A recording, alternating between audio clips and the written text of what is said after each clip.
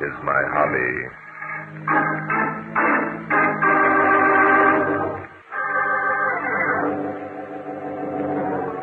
There had been a murder in the small country town of Mendon. According to the newspaper accounts, the man who was at first believed to be guilty of the crime was allowed to go free, but no satisfactory reason was given. I reread the published stories and learned that on the evening of February 26th, a farmer named Walt Centrell was late for his supper. That you, Walt? Yep, it's me. Well, set the milk down in the shed and come into your supper. It's been on the table more than an hour. Walt? All right, I'm a-coming. Can't you give a man time to wash his hands? Wash his hands. Land sakes, he's had time to take a whole bath, let alone wash his hands. The way you nag, Marthy's enough to set a man's nerves on edge. The way I nag. Well, my senses, Walt Santrell. You've been out in that there barn long enough to milk 40 cows instead of just 2. Now sit down and eat your supper. Who said I've been milking all the time? Agnes is sick. Man just can't sit around and let one of his critters suffer. Well, it seems to me you haven't been doing much to help her. How much milk was there? 7 quarts. 7 quarts. My land. Walt, the thing to do is either call in Doc Halliday or get rid of Agnes. Now, we can't afford... Listen. Sounds like Ed's drunk again. Oh, they're at it again. How she does put up with him, I don't such know. Neighbors. I declare, if I were Marion Blake, I'd do something about that there husband of hern. I declare I would. Any husband who beats his wife ought to be put away. Oh, Ed's harmless. He's just a drunk and no-good bum. Listen to that, Martha. I'm a-listening. My senses, I've been a-listening ever since Ed Blake brought that new wife of his into Mendon a year ago. And every time I boil inside. Walt, we ought to do something. Now, it's none of our business. What can we do? We can report to Constable Finn McNutt. That's what we can do. Yeah, we did that once, and what good did it do? Well, it did plenty of good. Finn talked to Ed, didn't he? Finn told him if it happened again, he'd take steps now, didn't he? Steps? Martha, you don't know about them things. But unless Marion registers a complaint, taking steps won't do no good. Well, then I think that we... Oh. Walt Santrell, I'm going over there. I'm certainly not going to sit here and listen to that. Why, he'll kill the still. It's none of your business. You keep your nose where it belongs. I won't. I don't care if I don't know her very well. I'm a woman and she's a woman, and it's my duty. You sit still, I say. For all you know, she likes being beat up by her men. Some women are like that, to tell me. Oh, if you could have seen that there little mite of a thing this morning, you wouldn't be talking such nonsense. Seen her this morning? Did you see her? I most certainly did. She come a-calling. Said she wanted to borrow some flour. But that was only an excuse. She knew it and I knew it. What she wanted to do was to talk. What'd she talk about? What do you think she talked about? She talked about her husband, of course. He's drunk more than half the time, she said. And when she tries to reason with him, he hits her. Oh, it's terrible. She doesn't know what to do. She's scared half to death, the poor little mite. Well, that settles it. I'm going over there. And if you're not man enough to come with me, Walt Santrell, you can just stay here. Now, wait a minute. Don't get your dander up. I'll go along with you. Well, come along, then. My lads, I've had all of this I can stand. Marcy, this ain't none of our business. I'm making it my business. Go back home if you want to, Walt Santrell. I'm going to see to it. All right. You talk too much.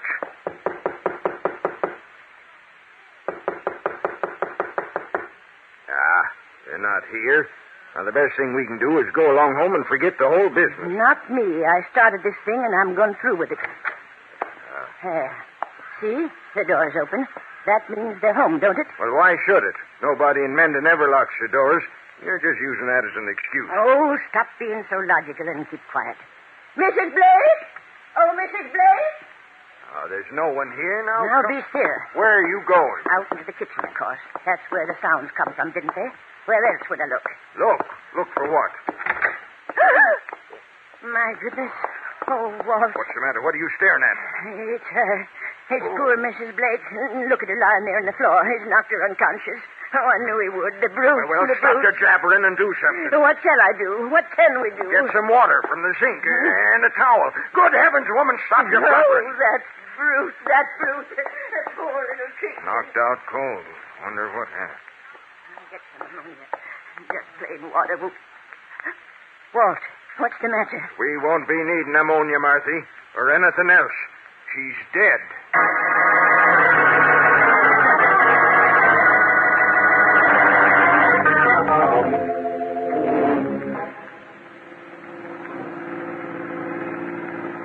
Bart, tell me just one thing. Are we up here to investigate a murder, or are we just out for the ride? Well, let's say we're riding out to investigate a murder, Inspector. Now, that's what I call a smart comeback. Yes, sir. That's a dilly. Ha, ha, ha. Inspector, there used to be a day when you had a sense of humor. What happened to it? I've still got it. Just say something funny. All right. Have you heard the story about the man who at Christmas time asked his neighbor what he was going to get for his wife? No. No? Well, the neighbor replied, I don't know. I haven't had any offers. Here we are, Inspector. Not a very imposing-looking jail, is it? Haven't had any offers. Now, let me see. How old was I the first time I heard that one? Come on, you old sourpuss. Don't pretend you've heard it before. Let's go in and have a talk with this Constable Finn McNutt. Haven't had any offers yet. Okay, Inspector, you win. However, Hey! I said... Oh, there's someone at the end of the porch. Let's go over, Inspector. It's probably Constable McNutt. That guy must be 90. Don't tell me he's the constable of this town. You fellas looking for someone? Yes. Are you Constable Finn McNutt? Huh? I can't hear you. I'm deaf as a haddock. Oh. I said we're looking for Constable Finn McNutt. Ain't here. Do you know when he'll be back? Who? McNutt. What do you want to see him for? I'm Barton Drake. This is Inspector Noah Danton. Great. Well, why didn't you say so? My name's McNutt. Finn McNutt. Hey, come on inside. I got something to show you. Well, how do you like that, the deaf old coot? Who's a deaf old coot? Don't you call me a deaf old coot, bub. What? Well, I ain't old and I ain't deaf. That's what I want to be. And by the way, which one of you gents is Inspector Danton? Which one? Well, look, Gramp, if he's Drake, I must be Danton. Oh, smart guy, huh? Well, I'm going to show you fellas you ain't so smart, coming up here trying to show us county constables how dumb we are. Wait a minute, we didn't... Don't talk back to me, bub. You want to work on this case, you'll do as I say. Hear me? By golly, in a minute... You hear me? Sure, I hear you, only... All right, then. Talk when you're spoke to, not until. Now, which one of you gents is Drake? I'm Drake, Mr. McNutt. Oh, yeah. Now, why didn't you say so? Now, look here, Drake. I've been reading about you in the newspapers. You and that other feller, what's his name? Danton, Scranton, or some foreign name like that. That does it, Bart. Are you going to tell this Billy Whiskers where to head in, or am I? Huh? What was that? You got something to say, bub? Speak up. I'll speak up all right. Now, listen, you long-whiskered... Let's forget personal grievances for the moment and find out about this murder. Murder? What murder? Who said there'd been a murder? I did. It was in all the newspapers. Don't you ever read the papers? You ain't a fooling me none. I know that's why you're here. Because I sent a clipping to Drake. And who dang well he couldn't stay away. Now, wait a minute. Wait a minute. Bart, what is this? Did this joker send you a newspaper clipping? Yes, he did, Inspector. I'm sorry I forgot to mention it to you. So that's it. You dragged me way up here on a two-bit murder case and That then... ain't why Drake come up here, bub. That ain't why at all. Is it, Mr. Drake? Well, no, as a matter of fact, it isn't. You bet it isn't. Ain't, I mean. It's because I let the prisoner go. Ain't it, Mr. Drake? Yes, that's it. According to all the newspaper accounts, it was pretty well established that Ed Blake had beaten his wife to death. And then suddenly you allowed the prisoner to go free. Frankly, I'd like to know why. I knew you'd ask me. I knew it. Well, tell us. You bet I'll tell you. I'll show you city fellas I ain't so dumb. I let Ed go because he ain't guilty, that's why. Now, that's a simple enough answer, isn't it, Bart? Why do you think Ed isn't guilty, Finn?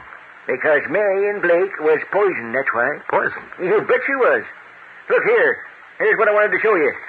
Take a look at that paper. All right. I see. A medical report stating that Marion Blake died of arsenic poison. That's right. That's what killed her, all right. Arsenic poison. That there paper proves it. This is very interesting, Mr. McNutt, but how did you know that... Say, wait a minute. This report is signed by F.T. McNutt, M.D. Is Dr. McNutt related to you, Constable? Related? Why, doggone it, I'm him. You're Dr. McNutt? Sure I am, bub. I've been a doctor for 62 years. There's my certificate right there on the wall. Don't you have much truck with it, though. My hand's too shaky lately. Folks don't have confidence in the sawbones with a shaky hand. Spend most of my time these days being constable. Well, cut off my bangs and call me Bob. How's that, Junior? Constable, I think I'm beginning to see what's behind all this. Being a doctor, you probably have some arsenic lying around your office. That's it, Drake. I guess you were kind of smart at that. Thank you. Last week, some of that there arsenic was stole. Well, sir, the only one who's died around here in more than a year is Marion Blake. So, you put two and two together, eh? Yeah, only in this case, 2 and 2 make 5. How was that? Well, sir, I performed an autopsy, see, and sure enough, Miss Blake was dead of arsenic poisoning. How does that make 2 and 2 equal 5? You keep quiet, Junior, and listen. You might learn something. The arsenic was stole one day and returned the next. During the time it was gone, Marion Blake was poisoned. So, you reasoned that whoever stole the arsenic decided to return it in the hopes that you wouldn't notice its brief absence, Yeah, maybe. Hey, Drake, I reckon you want to know what made me suspicious in the first place, eh? Yes, then I would. Well, sir, it's simple. Ed Blake wasn't in no condition to beat his wife to death, that's why. Why wasn't he?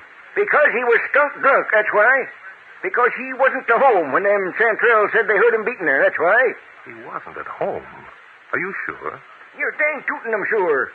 Ed Blake was asleep right here in my office from 6 o'clock that night till midnight.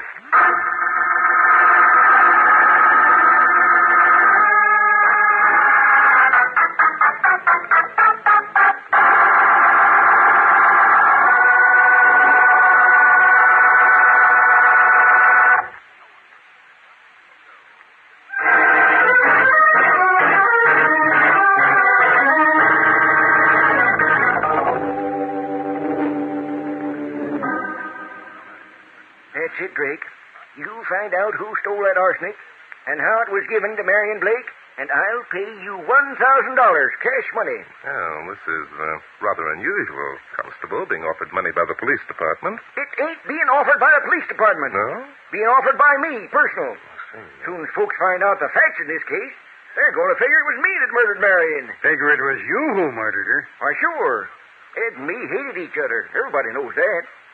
He claims I killed a cow of his'n that I tried to doctor once. Said the critter was a purebred, and I owed him $2,000. So last week he got drunk and came over to your office and tried to collect it, Is that right, Constable? That's it. We had some words, and the folks gathered around outside to ups and arrest Ed for disturbing the peace. And how about it, Drake? You want that $1,000 or don't you? I'll take the case, Constable, but not because I think you intend paying me $1,000. Frankly, my only purpose will be to satisfy my own curiosity as to why you've gone to all this trouble to tell us such a deliberate lie.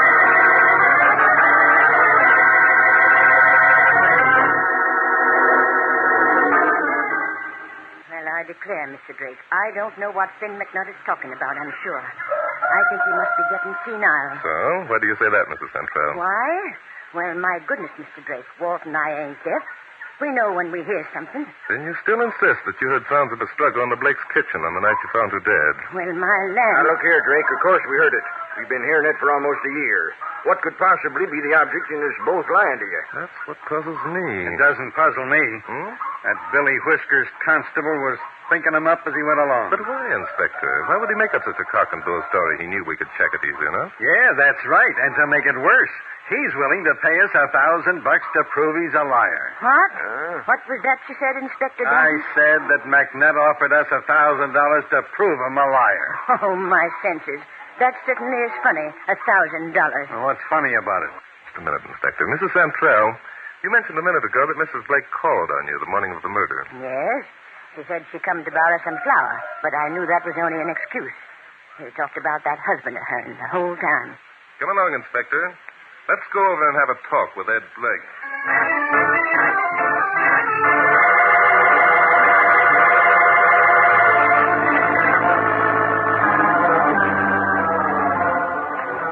That must be Ed Blake splitting wood out in his backyard. Oh, yes. Let's go over. Good afternoon. Are you Ed Blake? Yeah, that's right. Guess you two are Drake and Danton. Been expecting you. News gets around in these small towns, doesn't it? Mr. Blake, I guess you know why we're here. Yeah, Finn told me. Personally, I think you're wasting your time. Marion committed suicide. Finn thinks otherwise. As long as he does, I'm willing to help out by answering your questions. What makes you say your wife committed suicide, Mr. Blake? That's a personal matter, and it's none of your business. Thought you were going to answer our question. Never mind, Inspector. I think I know the answer. Blake, if your wife had committed suicide, there'd be a box or some sort of container lying nearby which held the arsenic she used. Did you find any such container? I don't know. The arsenic was stolen from Finn McNutt's office, and later the unused portion was returned there. Finn says you were asleep in his office from 6 o'clock until midnight. Did Finn say that? Didn't we just tell you he said it? I don't know whether you fellas are trying to trick me or not. I don't know if it makes any difference. Finn probably thought he'd help me by lying. Poor old guy. You mean you weren't in the office all the time? No. Around 7, I got up and went out to look for another bottle. Where'd you look? Not out here, if that's what you're thinking. I didn't come near this house all that day or evening. Oh, just a minute. We've got 2 witnesses who'll swear they heard you and your wife fighting. Who are they? Walt and Martha Santrell?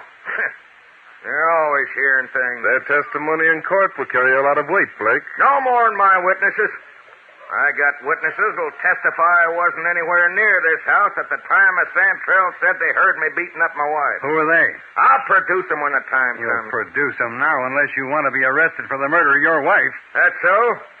Who's going to arrest me? I am. Not without Finn McNutt's permission. Finn's got charge of this case, and it just happens he knows I didn't murder nobody. You're pretty sure of yourself, aren't you? Sure I am. Here comes Finn now. You can ask him if he wants you to arrest me. I'm going to ask him plenty of things. I wouldn't, Inspector. I think we're going to find that Mr. McNutt is a lot smarter than we gave him credit. Hello there. Hello, Mr. McNutt. How are you? Howdy, Drake. Hello, Ed. Hiya, Finn. Who's that there, feller? Now, don't give us that routine again, Longbeard. You know darn well who I am. Well, dang my eyes if it ain't old Gumshoe Scranton. Well, Drake, you got everything fixed up? Yes, I think so, Finn. Know who done it, huh? Beyond a shadow of a doubt, Finn. I figured you would. I'm sorry I had to pull a couple of fast ones to help things along. I guess you and me understand each other, though, don't we? We're beginning to, I'm sure. You betcha.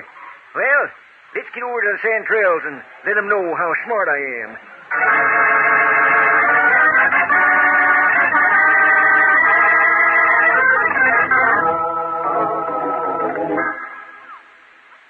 Well, my senses, this is certainly turning into quite an affair, ain't it? Sorry we had to bother you again, Mrs. Santrell, but Finn seems to think you'd both be interested in the final outcome of the case. I don't get it. What's the idea, Finn? Oh, let Drake tell you. Me, I'm just an old hick cop that don't know nothing. You can say that again, Gramp. All right, I will. I don't know nothing. Now, Drake, you tell him, boy. All right, I'll do my best, Finn. Look, Blake, do you still insist that you weren't at your house between 6 o'clock and midnight on the night of the murder? Sure I do.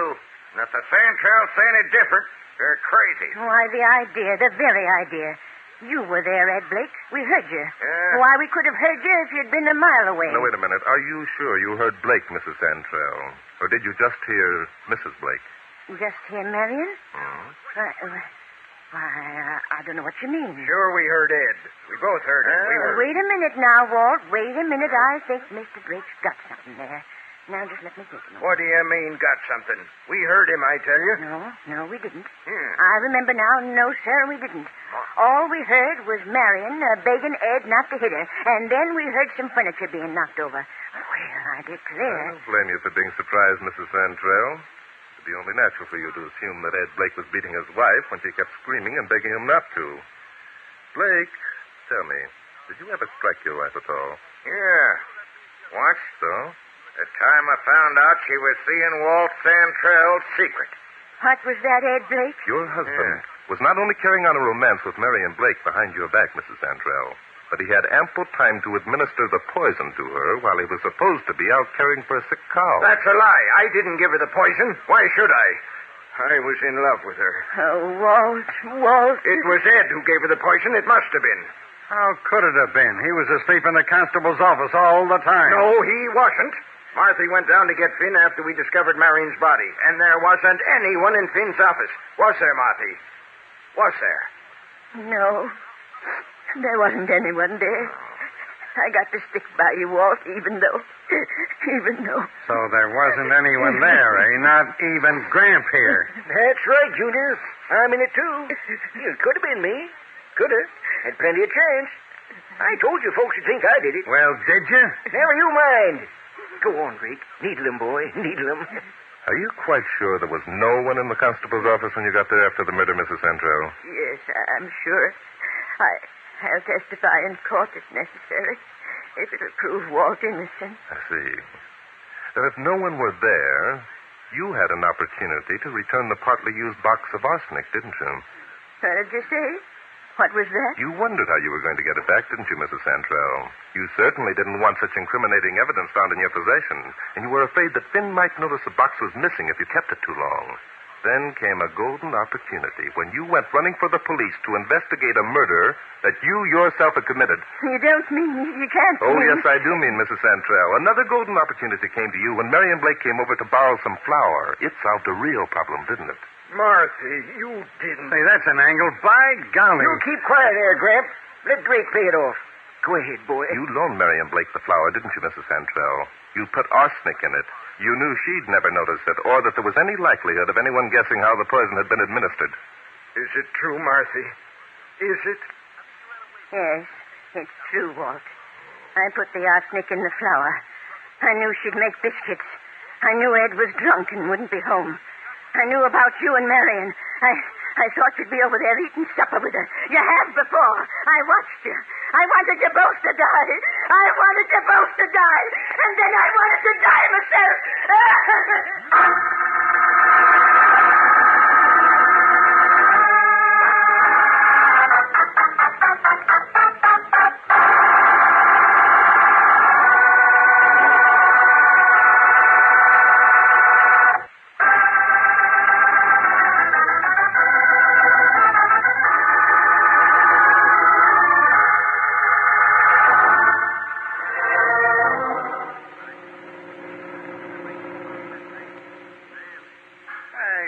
Slow down.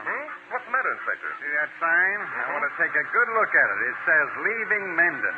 Come back and see us again. Only I'm not coming back.